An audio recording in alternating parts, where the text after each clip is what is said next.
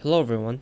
On this video I'm going to show you on how to make a backup of the database or a configuration of the software, and I will also show you how to restore them if you want to transfer the backup from an older computer to another one in case you're upgrading your software or your computer, as well as the software. That's also needed so you don't have to reconfigure everything up. So the backup consists of pretty much everything that you configured on the software: door schedules, access schedules, cards, all of it pretty much. So to start, you just need to go to maintenance right there on the top and then click backup database. Here you can select the path where you want it to save. So for now I'll just put it on the desktop, and then you can put whatever name you want or file name you want. So for now I'll just put this. Once you're done, you click backup. Okay, so once you're done, it will show you the message saying it's backed successfully. Click OK and then OK again. So that file will show up here on your desktop, and then you can copy that, put on your thumb drive or flash drive. Okay, so that's how you make a backup of the database. Now I will show you how to restore the database. So for example, I'm transferring a backup from an older PC into this new computer. Right, so I'm just gonna go into maintenance and then go to restore database, and here you have to select the file that you made. So the file that I made, I copied it into the C drive, program files x86, WashNet, and then dbback folder. So the reason why I put it there is because easier for the software to access the file. If there is a security rights or Windows rights, sometimes software is not able to use the file because if it's on a different path or if it's location, software is just doesn't have full rights. So that's why I put it there. Okay, so once you're done, once you select that, you can select the file and then click open.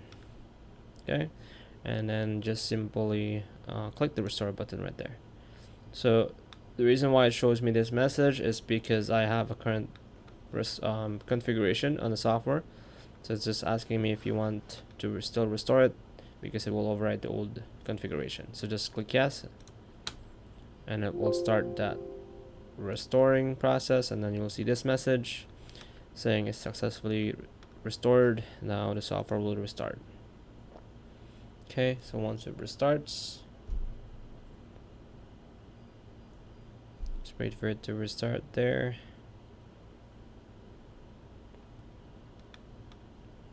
So as soon as you restart or the software resumes, you will see this message because this is the old computer name.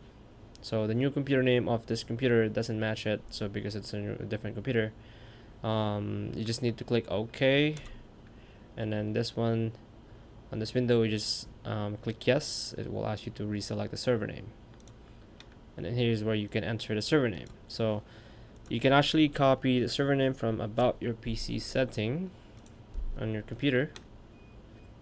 When you open that, you can see the device name right there. I'll just copy that, and then I'll just paste it into this field right here.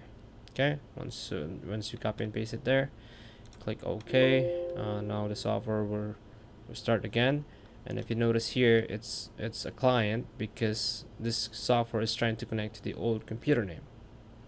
So when I reselect the server name and re-entered it, it will now be a server once it reboots.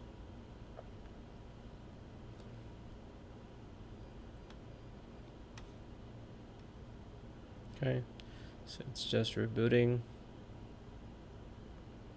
and when it's back, you can actually the server on top.